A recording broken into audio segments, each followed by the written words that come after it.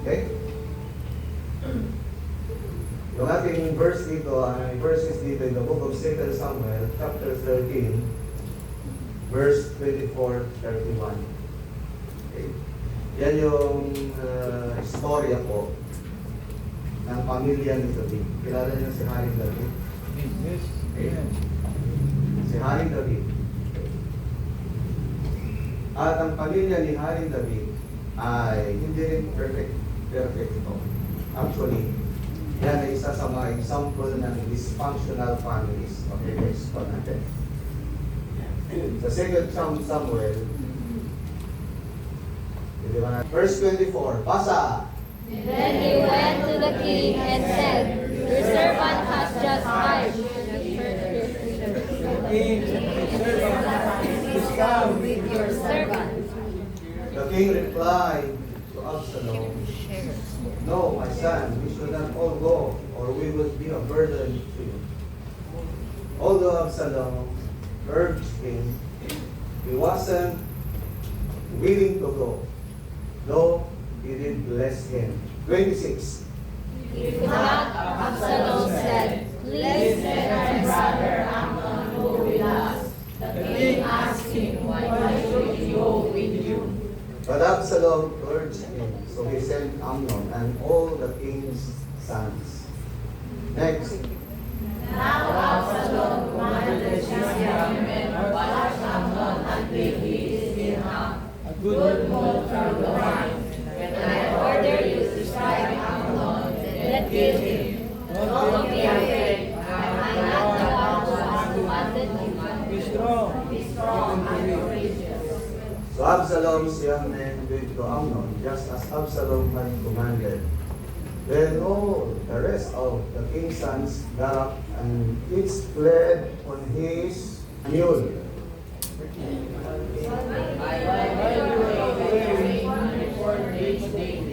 Absalom struck down all the king's sons that even one wanted to survive.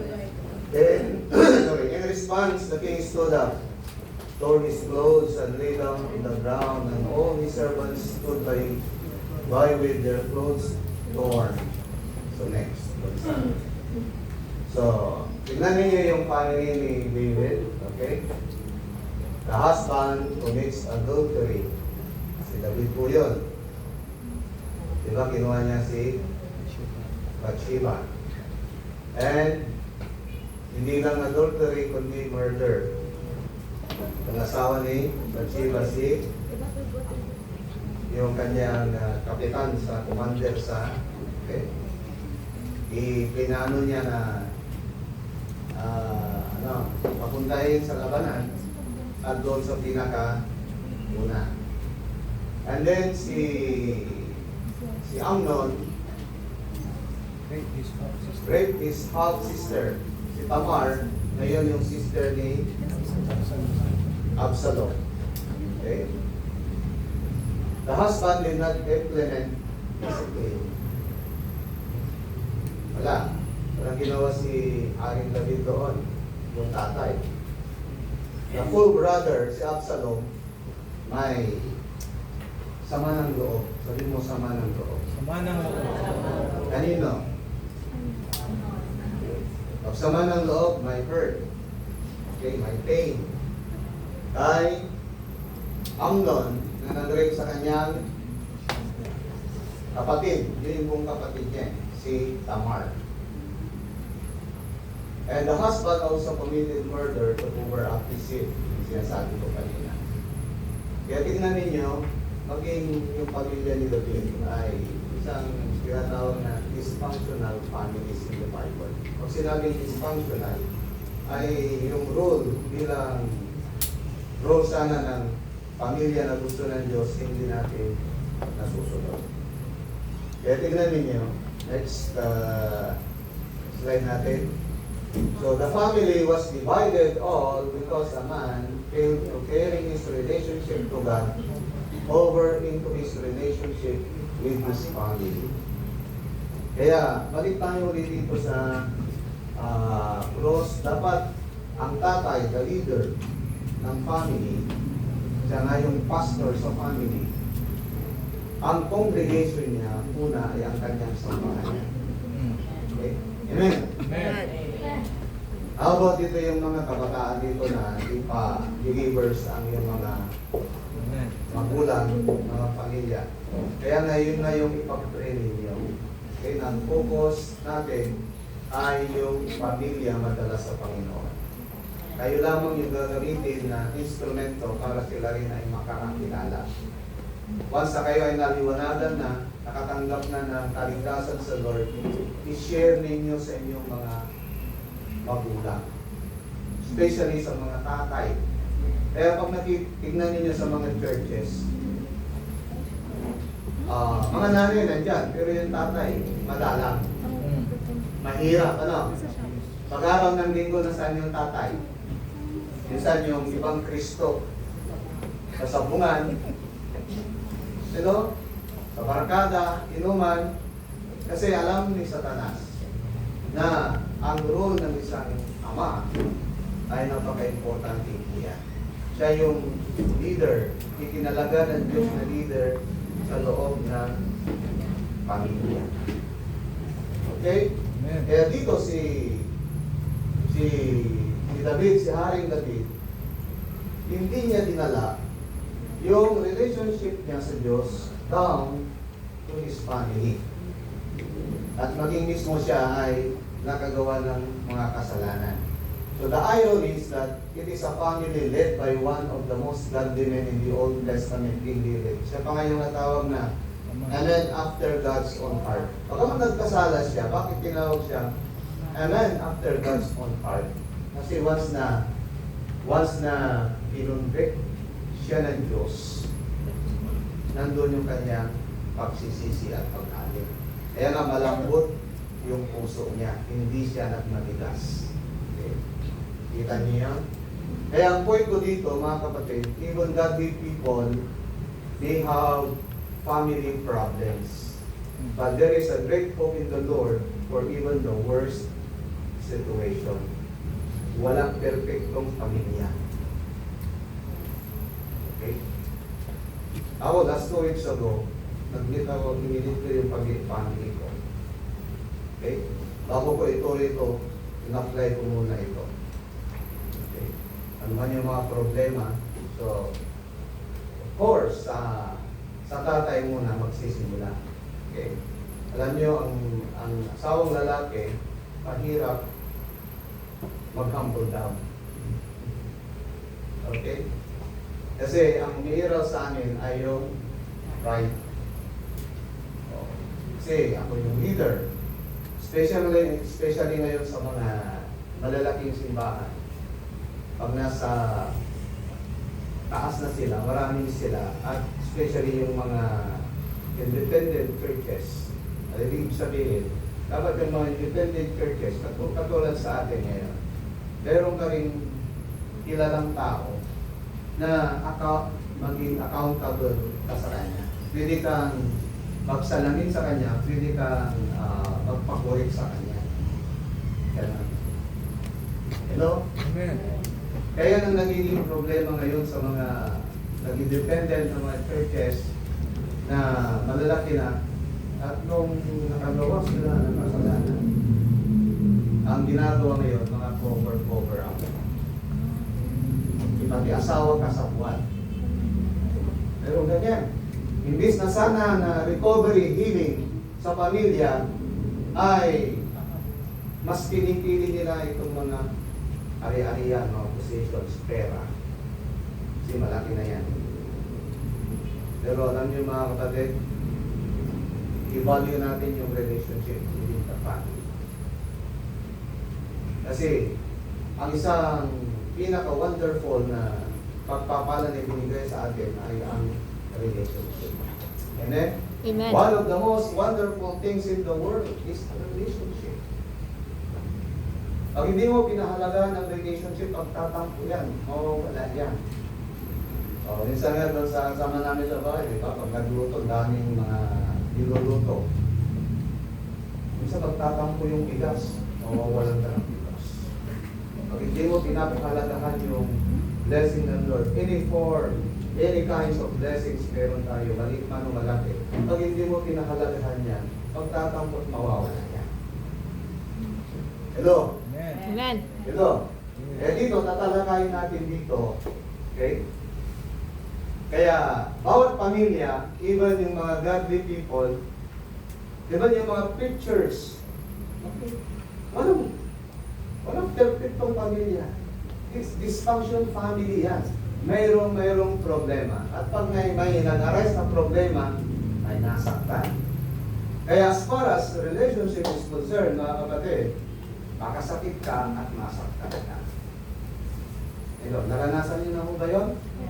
Sino dito ang karanasan nasaktan? Amen.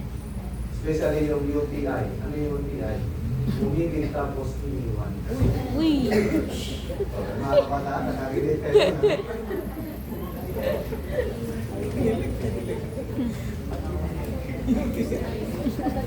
Okay? Kayo, mga bata pa kayo. Priority nyo muna mag-aral. Ano? Kasi ito po. Okay? Hindi mo na muna yung mga... Sutring ya, sutring. UTI. Baka ma-airplane crash ka niyan. Sino dito ang naranasang nakasakit ng kapwa?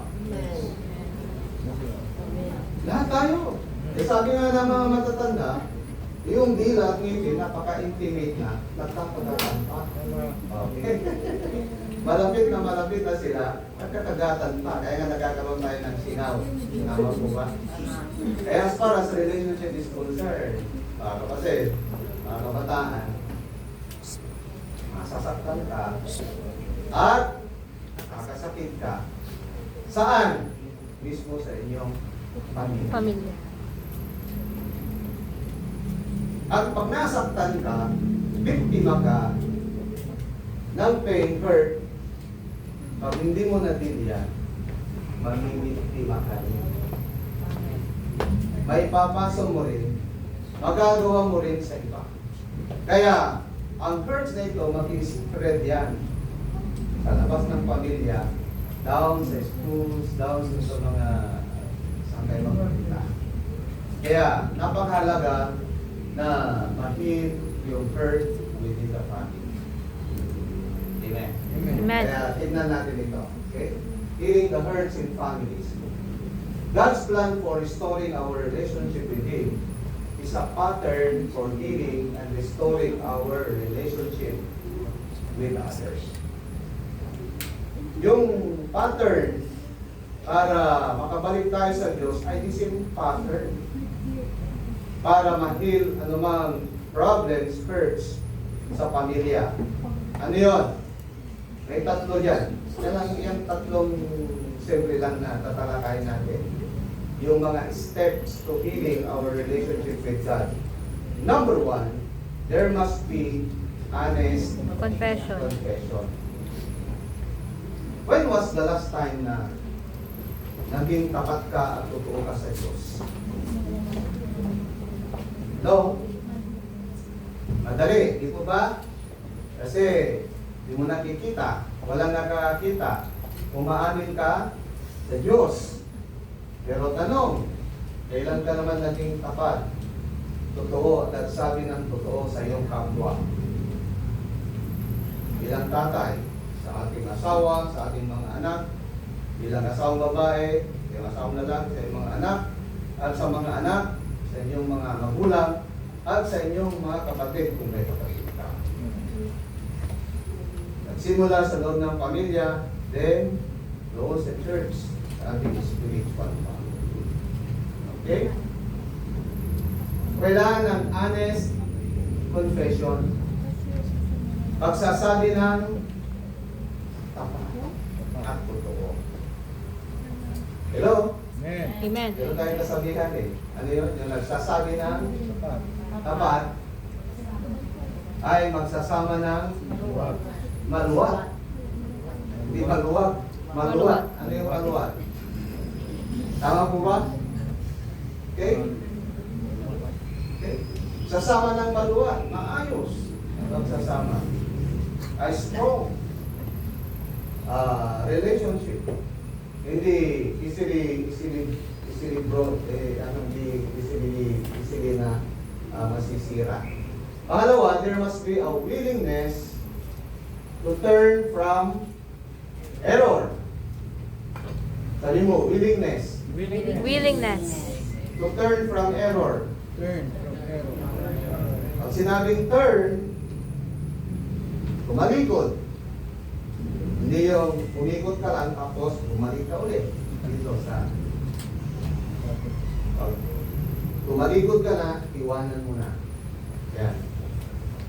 And number 3, yung sa Bible, yung number 2, there must be a willingness to turn from error. The word repentance. Pagsisisi. At ipakita mo yung fruits of repentance. So sinabi mong nagsisisi na ako, handa ko nang i-stop yung mga gagawin na nakakasakit sa Diyos at sa kapwa. Pag sinabing stop, stop. Okay? At pangatlo, we have to open our hearts for God to come in. Kasi sa tuwing tayo ay nakagawa ng error o kasalanan, nasasaktan natin ang puso ng Diyos. Pati nga yung hayop, yung aso, pusa sa bahay niyo, pag sinaktan mo ng sinaktan, lalayo yan. Yes. Amen. Lalayo yan ng konti. Si Lord, lumalayo, nasisira yung fellowship, but hindi tayo forsaken. Hindi niya tayo pinabayaan. Katulad ng prodigal son. Napalayo man, lumayo man, yung ikalawang anak na yon, pero yung father, yung pinto, laging bukas. Tama. Amen. Amen. At yung father, nandun lagi sa pinto, nag-aabang Yes. Yes. ng muling pagbabalik ng kanyang anak. Yes. Amen. Amen. Ito? Amen. Amen.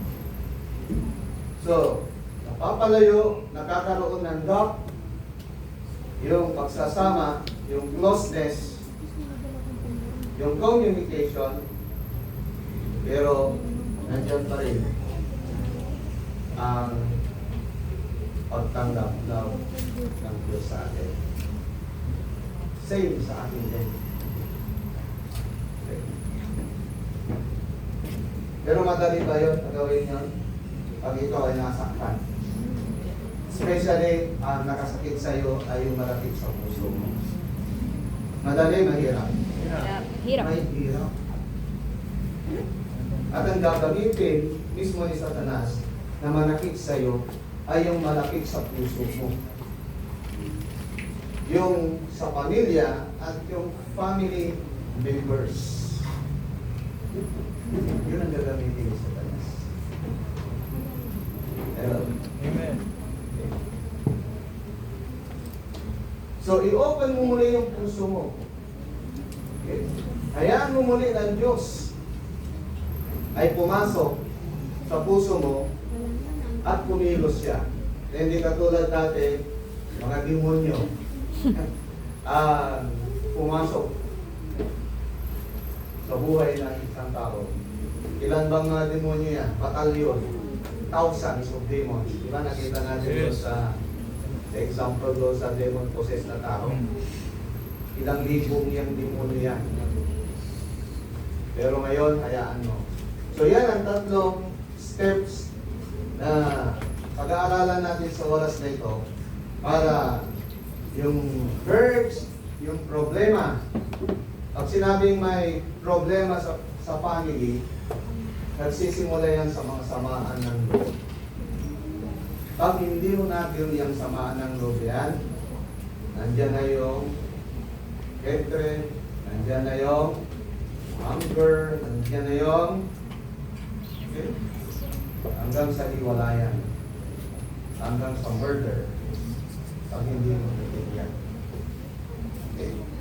Kaya be open today, especially kayong mga na nasaktan o kaya kayo rin ay nakasakit.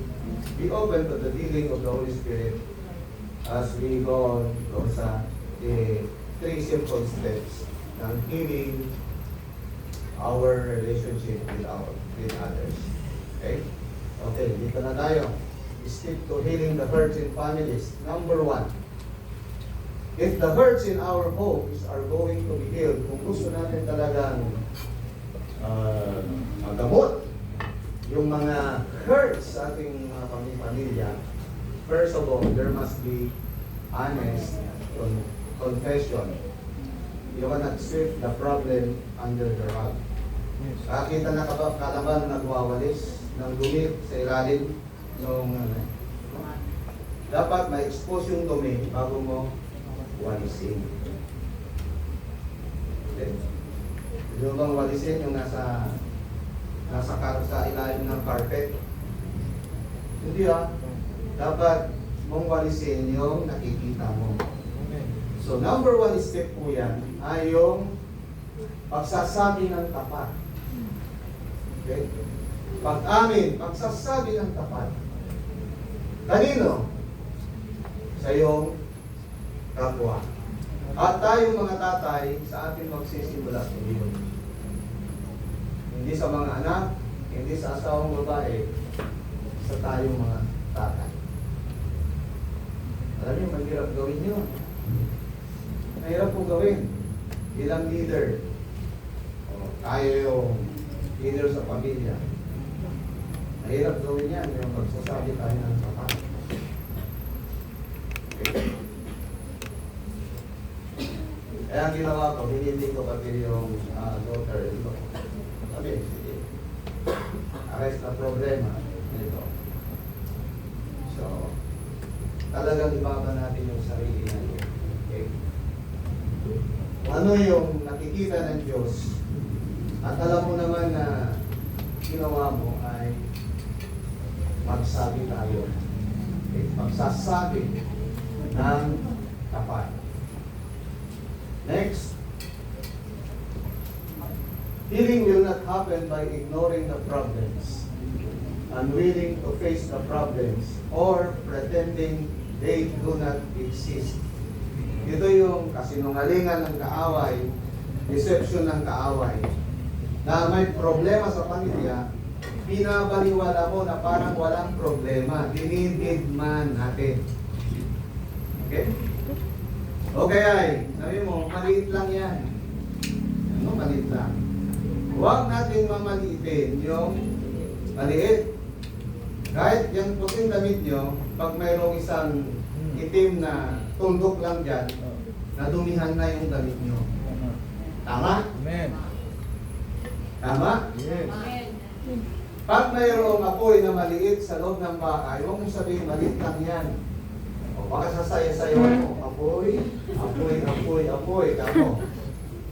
Pag hindi mo pinansin, hindi mo pinatay ka agad dyan, masusunog yung bahay kasama. Okay? Hello? Kaya huwag natin mamaliitin yung mga maliliit. Nakakapuwing yan. Nakakabulag yan. Hello? Hello? Unwilling to face the problems. Kaya may kasabihan tayo, it's so hard to face the problem if the problem is your face. Ang hirap resolbahin ang problema mismo kung ang problema ay ikaw mismo. Sabi nga nila, hindi komunismo, hindi materialismo, problema. Ang pinaka-dakilang problema, ako mismo, tayo mismo. Okay. Kaya pag sa pag-usap-usap sa pamilya, kinakailangan matukoy ano ba talaga yung sakit. Wala nang pagpunta nyo sa doktor. Ano ba ang tatanungin muna ng doktor sa inyo? O yung background mo, ano bang naramdaman mo, ano bang kinain mo, for the last ilang araw, ilang linggo, ano bang nangyari ganito. So, ang doktor bumabase doon, bakit niya tinatanong yun? Para magtapat ka. Para sabihin mo yung mga nangyari. Okay. Sa Diyos, walang problema. Alam na niyang nangyari, wala tayong may tatago. Pero how about sa ating kapwa? the members in the family. Okay? Especially tayo mga tatay. Ang unang tatanggap yan na may problema ay ang tatay.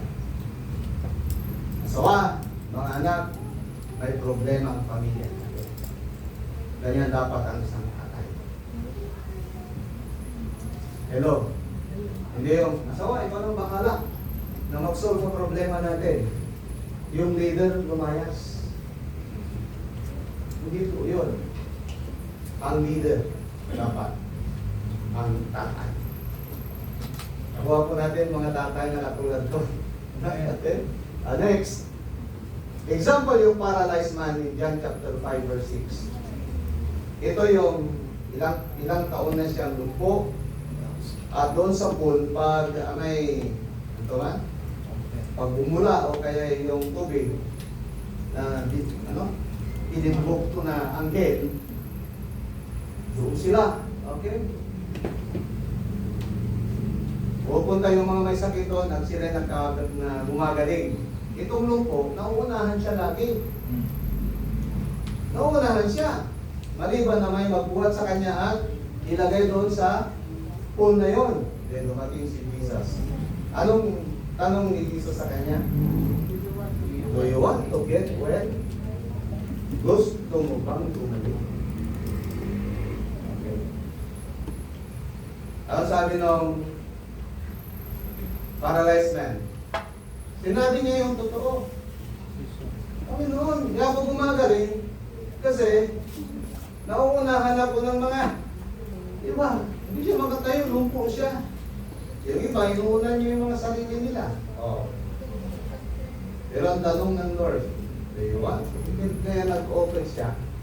Sabi diyan, when Jesus saw him lying there and knew he had already been there a long time, hindi lang buwan, kundi years na yan. He said to him, do you want to get well? Gusto mo bang gumaling? Sinabi niya ito, nagtapat siya. Hinabi niya, naunahan ako lagi. Kaya nagigilay, nauuli ako. O matapos na sila, ito ako ulit. Kaya taon na ang lumipas. Pero nung narinig ng Panginoon yung pagtatapat, nung lumpo na yun, ano sabi niya? Sa next version, you know. Anong sabi niya? Okay. Verse, John chapter 1, verse 7.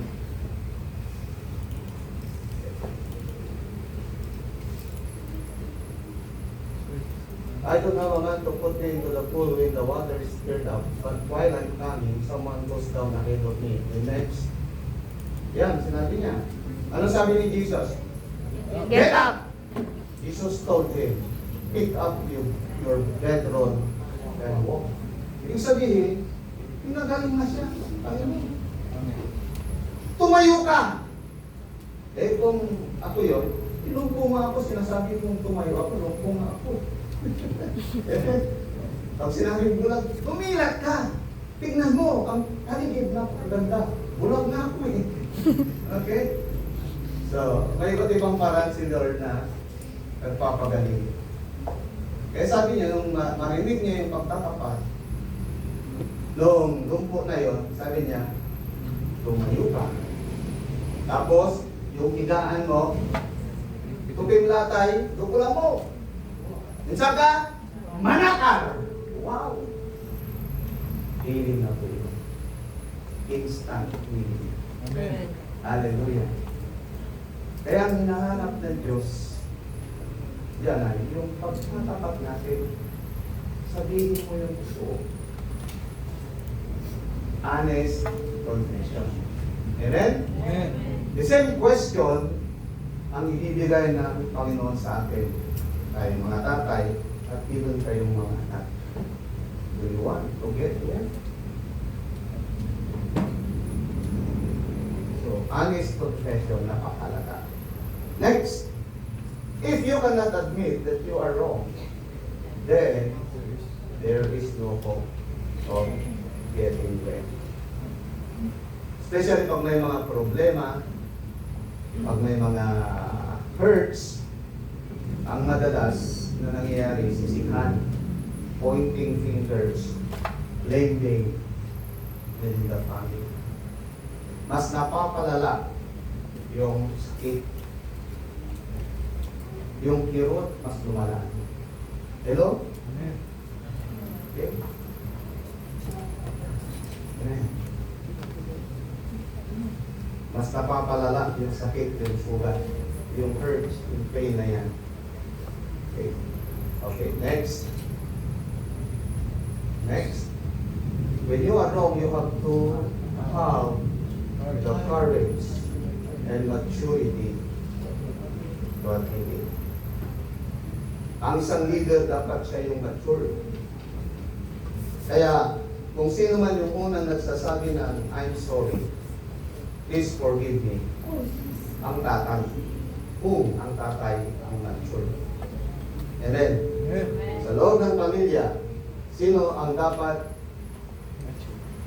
unang humingi ng sorry at nagpapatawad? Mature. Yung mature. Pero dapat yung tatay, yung leader, ang dapat mature. Amen. Amen. Amen. Amen. Dito sa church, sino ang dapat? Kayo ang makasalanan. No. Ang pastor, ang tatay. Ang tatay, ang pastor, siya pa nga yung lumulukod dyan. Father God, in behalf of my family, sa kasalanan ng pamilya ko, sino man nakagawa, akuin mo yon in behalf of my family, please forgive us. Awarin niyo po kami. Okay? Eh, mahirap gawin ang isang honest confession na yan, mga kapatid, kung hindi tayo mature. Ang daming justification dyan. Ang daming pagbabalat kayo. Ang daming pagsisinungaling ang nangyayari. Kaya yung healing within the families, tumatagal din. Okay. Tuwang-tuwa si Satanas. Pinaglalaruan ang mga pamilya. Pero habang ginagawa ni Satanas yun, durog naman ang puso ng Diyos. Kaya gusto ng Diyos, mapabuti, mapagaling ang mga pain hurts sa mga pamilya. Hello? Amen. Hello, mga kapatid? Hindi natin? Okay? If there is no confession, there is no forgiveness. 1 John chapter 1 verse 9, that is our Christian bath. Sino dito ang pumunta na hindi naligo? Allah. Kayo naligo kayo sa tubig. Pati pabango. Yun ang paligo nyo. O, dito kanina. Pinamyo kong babango nyo. Pero naman nagpapabango na hindi naliligo. Ibig sabihin, naligo tayo, nag-ayos tayo ng ating mga physical na katawan, mga mukha, mga buhok. Oh, kayo mga katalakaan, sino dito ang pumunta dito na nagtapal-tapal muna? Kaya kayo na-late. Okay? Oh, ako din, gumagamit din ano. Tapal-tapal din. Okay. Pero how about in our spiritual lives? How about yung ating mga katawang, mga buhay na hindi nakikita? Nakikita ng Diyos yan. Na dapat yung nakikita ng Diyos na totoo, ay yun ang ilabas natin, mag-reflect yun sa mga buhay natin. At una, sa loob ng ating pamilya. Hindi tayo pwedeng, iba yung buhay natin sa loob ng tahanan, iba rin ang buhay natin sa labas. O katulad dito sa church. Mga kabataan, nagwawalis kayo dito. Pero nagwawalis din mo pa kayo sa bahay mo. Ang sipag niyo dito sa church. Pero tanong, sipag niyo pa kayo sa bahay mo. Nasusunod yung ang utos ni Pastor, ang pastoran niyo. Pero nasusunod niyo ba ang utos ng mga magulang? Yes. Di tayo pwedeng mag-duplikara, mga kapatid. Pakita ang tao, no? Ganyan yung mga artista eh. Okay? Iba yung pinuportray nila kung yung totoo sa kanila. Hindi naman tayo artistahin, no? Mga artista, di ba? Okay? Okay? Kaya walang confession, walang forgiveness. Yan, Christian bath natin, ang sabi doon, if we confess our sins, He is just, He is faithful and righteous to forgive us our sins and to cleanse us from all unrighteousness. Yan yung Christian bath natin. Open yan every day. Amen. May sapat dyan na tubig at sabon. Hindi nawawala. Sabi ng Lord, pumasok ka lang at maglinis ka dyan. Amen. Kaya araw-araw pumapasok din tayo niyan. Why? Yung pawis mo pa lang, nadudumihan ka na. O kapaliligo mo ngayon, pinawisan ka. At yung ko na rin, anak sir. Anak sir na ito. Kasi hirap to rin, tagito eh. Lima to, na to. Walay, amoy pin. Walay amoy. Okay?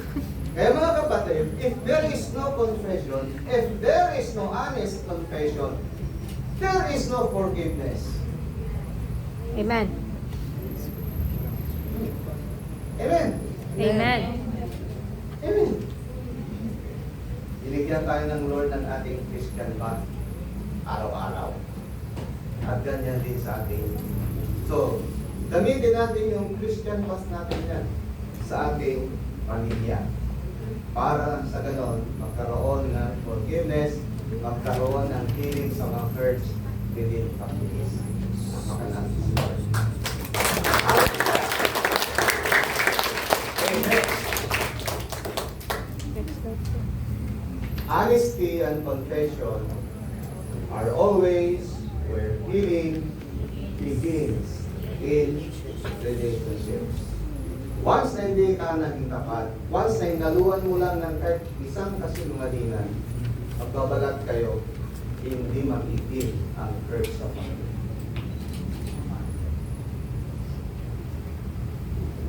Hallelujah. Gusto ng Diyos maging healthy ang ating pamilya. Gusto ng Diyos maging healthy yung relationship within the family.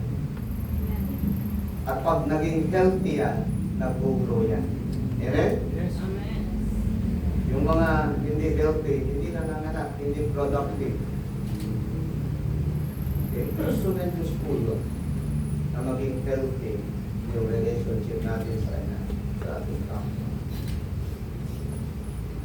Okay? Next. Okay? Pangalawa, if the hurts in our homes are going to be healed, secondly, there must be a willingness to turn from our error. Ibig sabihin niya, a willingness to stop the things that hurt the other person. Okay. Meron kang willingness na i-stop na yung ginagawa mo na nakakasakit sa iyo. Example sa mga kabataan. Sino dito ang hindi nagsinungaling? Tay, wala yung project eh. Ano yung project yun eh? Facebook? Facebook? Kaya magkakanta na namin ito. Facebook. Facebook ano? Tigana ng Facebook eh. Ayaw. Mga 10,000 naman yung Facebook. Ayan. Mga rin na? Cellphone. Cellphone. Okay. Sino dito ang hindi nagsinungaling? Taas ang kamay.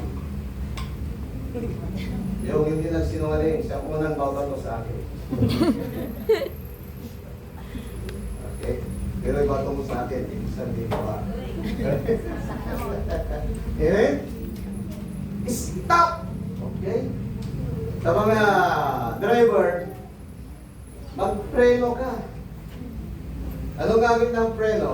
Either pag di ka nagpreno, makadisgrasya o madidisgrasya. Ang gamit ng preno para tumigil. Tigilan na po natin yung mga ginagawa nating mga bagay-bagay. Maliliit man yan, malalaki, na nakakasakit sa ating kapwa. Okay. Magsisimula yan, of course, sa tatay. Sa church, magsisimula yan sa akin, sa pastor. Sa asawa ng pastor. Magsisimula yan sa mga leaders. Gusto natin magkaroon ng healing within the family. So, mga first yan. Okay. Pag nagkaroon tayo ng realization, siyempre, sa pag-uusap-usap yan, malalaman naman natin, sabihin nyo, kasi nasasaktan ko ako sa ganito, na may mga nagagawa tayo na nasasaktan pala sila. Ay, ganun pa, nasasaktan. The way na ganito, the way na ganito. So, kinakailangan mo ng adjustment, pagbabago. Kailangan mo, kung kailangan mo ng adjustment, mag-adjust ka. Kung kinakailangan mo, ihin ko na yun, putulin mo na yun, at magbago ka.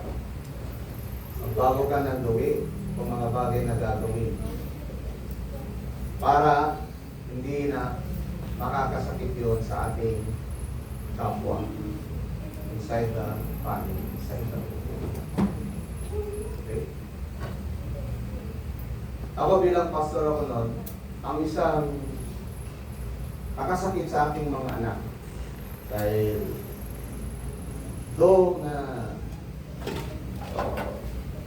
siyempre, full-time pastor noon, Bible study sa labas, kapag may mga tumawag na ganito, response ka kaagad, na neglect yung sa family, yung sa mga anak.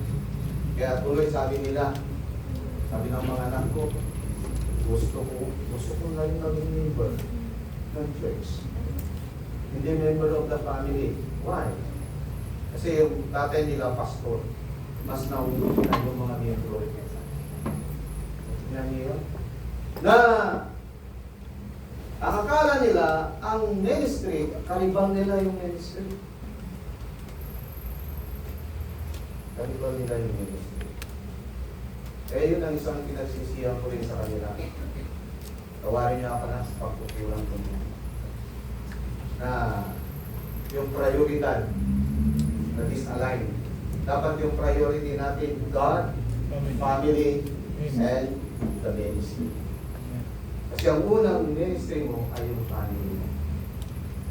Okay. Yung asawa at yung mga anak. Okay. Kaya, nung nag-aaral yung anak ko, sa Baguio, sinurvey, pag nagpasundo yan, sinusundo ko mag-isa. Pag hatid yan, hinihatid ko yan alas 4 madaling araw. Sa SLU siya kasi. Dapat makababa na ako ng alas 6. Kasi, pag inabutan nga ng alas 6, alas 7 sa Baguio, traffic na yun. Kaya hatid ko yun, ihihilan ako. Dadrive ako ulit. Susundin mo ako gabi. Susundin ko yun, mag-isa ko yun. Dadrive ako. Okay. Para makabayad lang ng mga utang. Amen. Kaya stop the things that hurt the other person. Kaya isipin ninyo. Okay? So, ganito.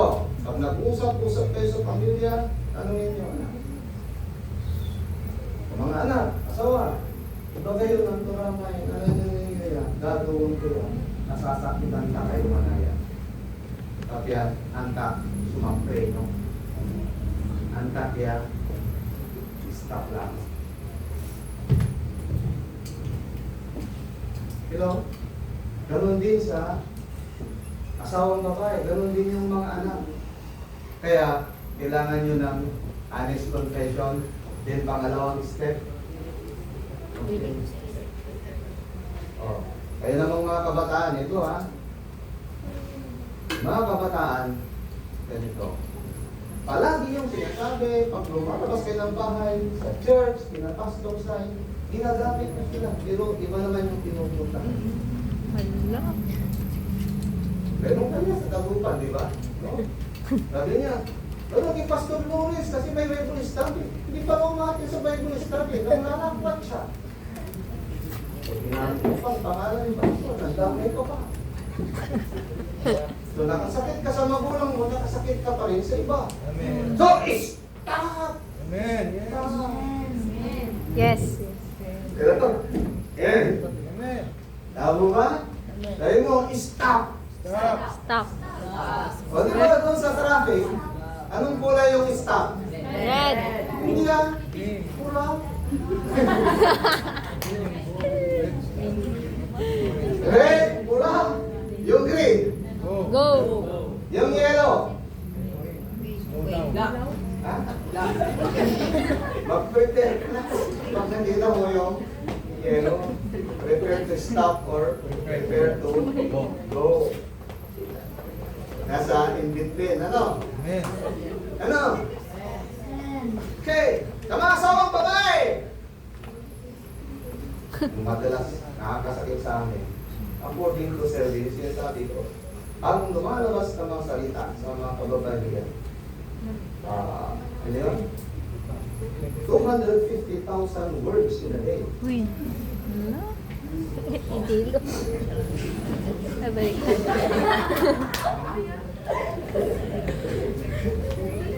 Mga kalalakihan, kalahati lang. Oh. Eh, minsan na, mga ganun, no? Sobra na. Eh, unaawang lamay, drummy. Ha? Hello? Okay? Kaya ano sabi? Stop. Stop. Sa mga asawang babae naman, mga asawang babae kasi detalyado. Ang nakakasakit din sa kanila ay sa aming mga lalaki, ang hining ko, yung detalyado mo naman minsan yung sinasabi mo. Kasi ang mga lalaki, maliban sa mga siguro, few words lang yan. 1, 2, 3, tapos. Detalyado mo naman. Gusto ng babae kasi yung medyo makabang-abang ikentunan. O lalo na pag nasa kita kayo. Tama po ba mga asawang babae? Ha? Detail.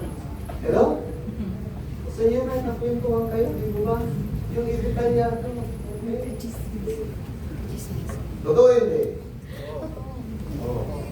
Alam niyo sa amin gano'n. Drive ako na mula Nasya hanggang doon sa pwesto. Salita ng salita ng kisses. Magsalita ka naman. Di ka pa natapos eh. Kulang pa nga yan eh. Kaya punta pa tayo ng Alaminos. Kulang pa yung 250,000 words. Okay, nakikinig ako. Okay. Kasi ang mga kababaihan, communicator ang mga yan. Okay? Okay? Amen. Hello? Amen. Kaya stop the things that hurt the other person. Or sa mga asawang lalaki, minsan talaga tumaan tayo sa pagbibisyo, stop, nakakasakit tayo. Ganun din sa mga asawang babae. Ganun din sa mga anak. O, minsan, yung anak ko, Jasre, kilala niyo? Hindi. Nalok siya ng, inumin. Hindi umiinom yun. Kasi kinalakihan nila ang isang born again Christian family. Kaya sabi nga nila, pag ganun ba pa, pag may nagpapatutuo yung buhay nila, ganito dati, ganito. Eh kami, hindi naman kami ganun. Nakagis na nila. Pwede bang gawin din namin yan para makapagtutuo kami? Kasi hindi naman, huwag mo nang gawin yun. Okay? Pero inalok siya minsan yun. Alam niyo, maliit lang, pinagbigyan, alasing, inihatid sa bahay. Hindi na nakapag-drive, pero hindi na niya inulit yun. Sakit yun sa akin. Hindi mo na kailangan gawin yung anak para may pagkatotoo ka. Kasi, mali na yun. Kung gagawin mo ang tama, ay iwasan mo na ang mali. Eh yung iba na nakapagsimula sa mali, kaya nila na itatama. Kaya sila nagpapatuspo ng ganon. Pero kayo, nakagis na yan. So huwag mo nang subukan. Huwag mo nang subukan mahulog doon sa hukay. Ano ba? Ang feeling na mahulog sa hukay. Tama. Nasubukan mo ba para nasa mo? Kung namatay ka na. Hindi ka na makapagpat. Di ba? Tama. Amen? Yes. As far as sin is concerned, huwag ko nang subukan. Yes, tama. Para kang nagpatihulog sa bangin yun. Ang gusto niyo yun? Hindi. Subukan ko ang magpatihulog sa bangin. Ano kayong pakiramdam? Wala ka nang pakiramdam. Hello? Amen. Lahat po ba kayo? Yes. Yes. Sabihin mo, willingness to turn from error. Willingness to turn from error. Stop the things that hurt the other person. Kaya kayo mga kabataan, ipigil nyo na yung mga bagay na nakakasakit sa inyo mga magulang. Mahal na mahal kayo ng mga magulang. Kapag kayo ay mga nag-aaral, mag-aaral kayo talaga. Binigyan kayo ng pagkakataong mag-aaral, naghihirap sila. Papalan na kayo dahil may baon pa kayo. Okay? Di pa kayo nagtatrabaho sa bahay, mag-aral lang gagawin ninyo, mag-cellphone, sabi nun, wala yan. Okay. Yung sinasabi ko lagi, hindi ko naranasan yung baon-baon na yun. Ako naghahanap ng baon ko.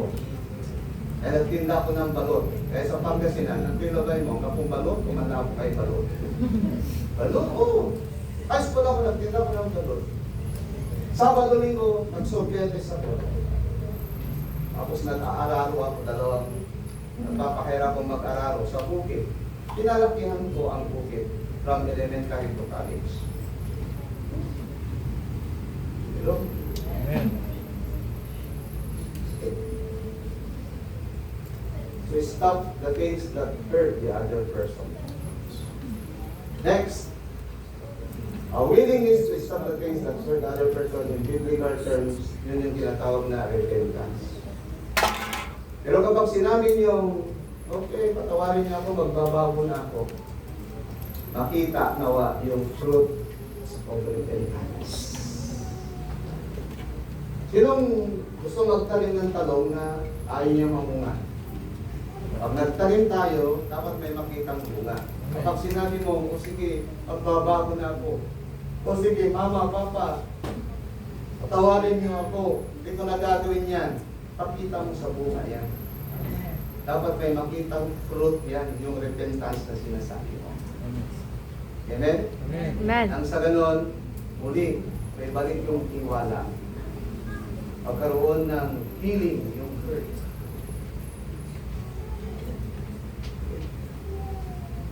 A willingness to stop the things that hurt the other person. Yun yung biblical terms ng repentance, pagsisisi. Okay, next. This means that we must own that we have done wrong and take responsibility. Pananagutan mo yun. Huwag mong ipasa sa iba. Kasi yung ginawa natin pagkakamali, always may consequence po yan. Yes. Huwag natin ipasa sa iba. Okay? Ang prayer mo ay ganito. Okay? Bigyan ka ng Lord ng grasya para maipasa mo ito. May consequence. Ito may consequence. Okay. Nangalo niya, pumatay. Di ba yung anak niya namatay? May, anong itinanim mo, yun ang aanihin mo. Either good or bad, mabuti man at masama, tayo rin ang mag-aani. Amen. Maging responsible ka doon sa itinanim mo. Amen. Kung sakali mang nakapagtayo tayo ng hindi maganda at tayo umaani, ang panalangin natin, Lord, bigyan mo ako ng grasya. Maipasa ko ito. Amen. Kung dalanak at sayan ay dalan kuya. Nailabot kuya. Sabihan ng tan, ang pula ko nito yung kumpo. Ganun. Para yung mga nanay, pula sa lot, pula! Mahirap kung manana. Yan, imaway. Sawa, taway ko awat.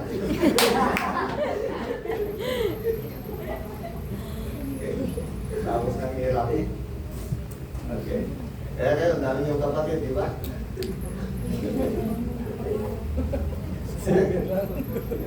Amen? sabihin to willingness to turn from error. Huwag kang manisi ng iba. Wala yung blame game. Gusto nating maayos. Okay? Mas maganda na nga, apuin mo na. Apuin mo. Pero ipa-realize ko rin sa mga nagkasala. Okay? Nagawa nila yun. Okay? Diba kasi yung nagkasala, minsan, kesa doon sa namumuhay na sa pagkakasala. Paulit-ulit. Okay? Kaya pag ganito ang step natin, kasala pa lang, nalilimintuhan na kagad. Hindi na cancer, lalabas ng cancer yan, mahirap ng kamote. Pero sa Diyos walang imposible. Amen? Yes. Hallelujah. Next. Number 3. Third, if the relationship in your home are going to be healed, there must be openness to the other person in your heart. You have to invite them back into your heart and life. Alam niyo, ang hirap ibigay yung pagtitiwala. Yes. Nagkalamat ang tiwala, mahirap ng ibalik. Ako, naranasan ko niya. Best of friends pa namin yan.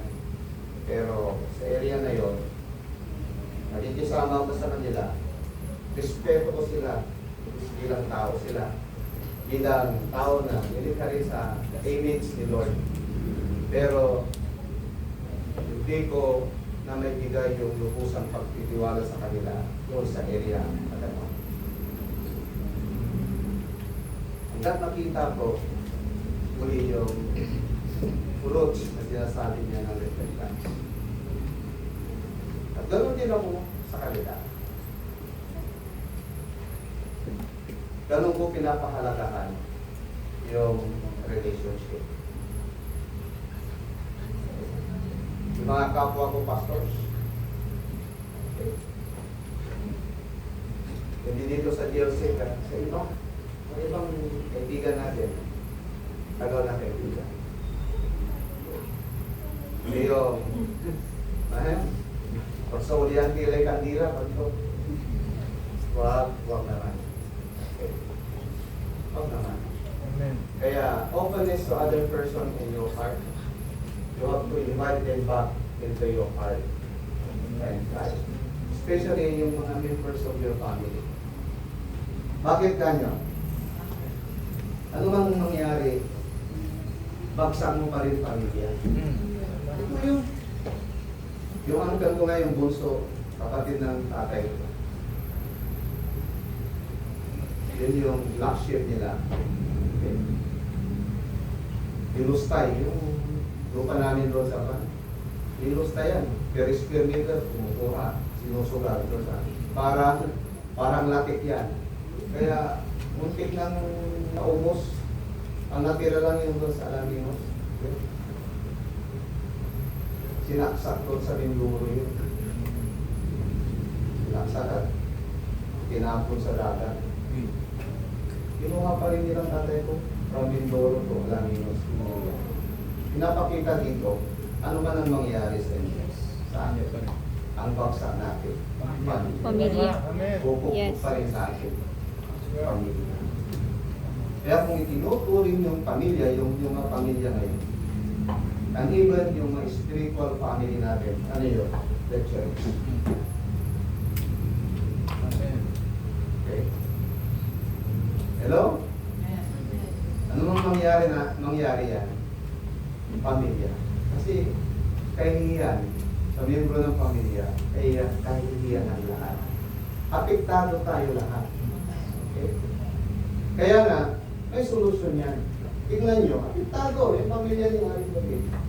Pero, salamat na nga lang, at si Haring David, ginawa niya ang steps na ito. Kaya siya natawag na a man after God's own heart. Maraming pagkakamali. Pero, once na tinat siya ng Panginoon, yes, umaamin siya. Amen. Amen? Di ba si Prophet Nathan? Sinabi niya yun, pwede niyo patayin si Propeta. Pero sinabi niya, inwento niya ng ganito, ikaw yun, mahal na hari. Hindi siya nagalit. Kaya nga ganito mga kapatid. Kaya mga kabataan, kung may nagpupurik sa inyo, sa ikabubuti nyo, pasalamatan mo pa yung mga tao nagpupurik sa inyo. Para ituwid ka, hindi ka baluktukin. Yung baluktot, itinutuwid. Pero naman yung baluktot, pinuputol na. Nahirap ito. Amen? Pero dito mga kapatid, you have to invite them back into your heart and life. Marunong kang magpahalaga sa mga tao na totoong nagmamalasakit at nagmamahal sa iyo. Minsan ang alam mo kasing nagmamalasakit at nagmamahal sa iyo, yung laging umaayon sa gusto mo. Hindi tulong. Lalong-lalo yung mga taong nagkukurik sa atin, kinukurik tayo, tinuturik tayo. Yun yung mga tao totoong nagmamahal sa atin. Kapag may kaibigan ka na laging sinasabi mo tama ka lagi, hindi yung totoong kaibigan. Kapag walang tao na tamang lagi, kay tama din. Amen? Amen. Amen ba? Yes. Kaya yung mga kinukonsider nyo mga best friends nyo. Yes. Yan. Hallelujah. Amen. Amen. Okay. The Bible says, be kind and compassionate to one another, forgiving each other, just as in Christ God forgave you. Yun eh. Sino hindi makapagpatawad dito? Sino ang tinatawad ng Panginoon dito? Amen. Magpatawad ka rin. Yes, tama. Produkto tayo ng pagpapatawad ng Diyos. Produkto tayo ng habag at pagpapagili ng Diyos. Sino ikaw? Sino ka? Yes, tama. Hindi pagpapatawad.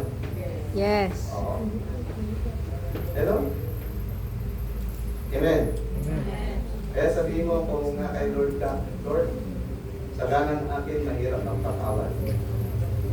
Pero kung yung kaisipan, let this mind be in you, katulad ng kaisipan ni Kristo. Kung yun ang kaisipan mo, hindi mahirap.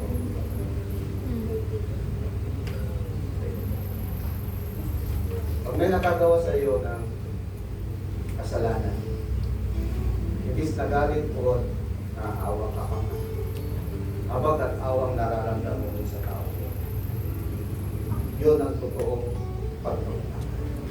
Yes, amen. Ulitin ko.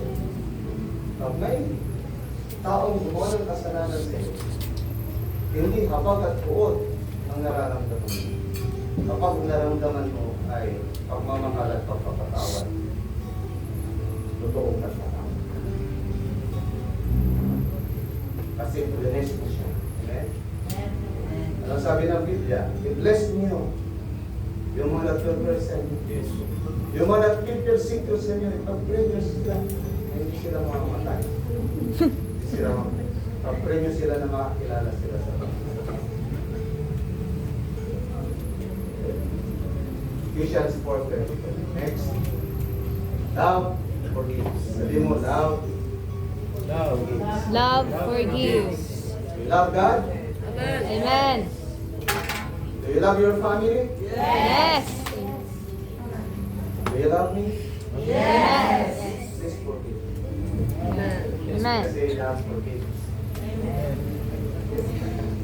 It does not keep a record of wrong. Yes, may wrong, pero huwag mong inilista yung wrong. Kaso yung 5 years ago nakalista pa rin yan. Kalkalin mo, ginawa na yan!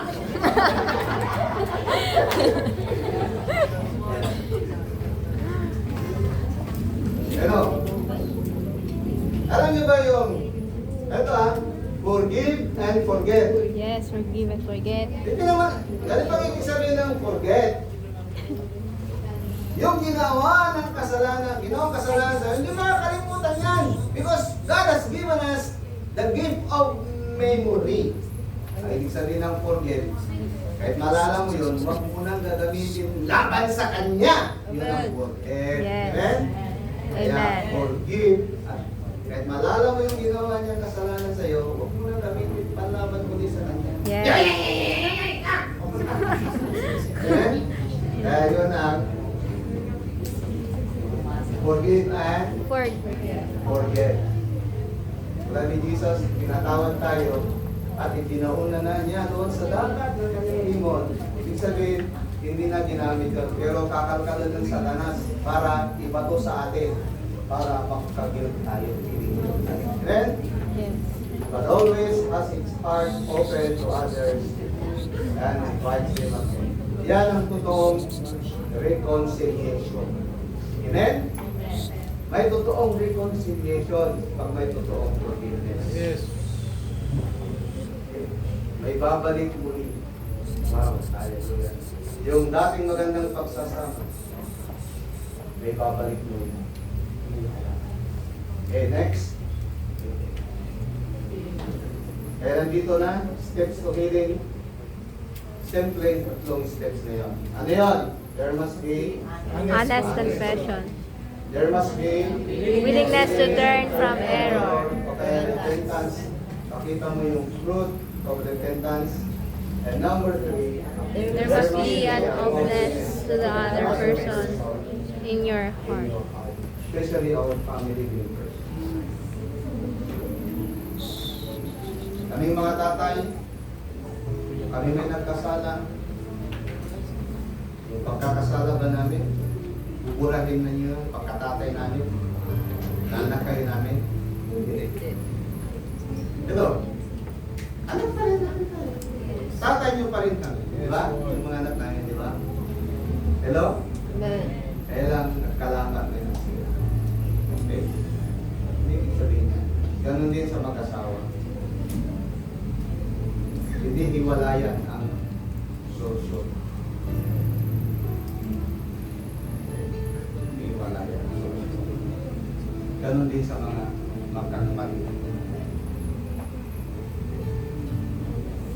Ang hirap kasi may mga magkakapatid niya, magandang samahan. Pero yung mga napapakasawa nila, yun ang nag-focus na problema. Kaya, napakalaki ang role ng isang leader. Tayong mga kalalanin. Napakalaki na nandyan yung suporta ng mga nanay. Kaya, God loves families. Inavalue ng Lord ng mga family. Kayain natin si Josue. Sabi ni Josue, okay, mamili kayo, pero sa ganang akin. Anong sabi ni Joshua? Ako at ang aking sambahayan, we will serve the Lord. Amen. Amen? Amen. Isang buong pamilya, malusog na pamilya, na naglilingkod sa Diyos. Kaya, purihin ang mga buong pamilya dito. Sino bang may buong pamilya dito? Pamilya niya, nandito lahat. Kaya prayer rin ng mga kabataan, madala. Kayo, magsisimula sa inyo. Okay? Instrumento ka ng Diyos para yung buong sambahayan nyo nadala sa Panginoon. Okay? Kaya doon, yung mga magulang nyo dito, maragdagan yung mga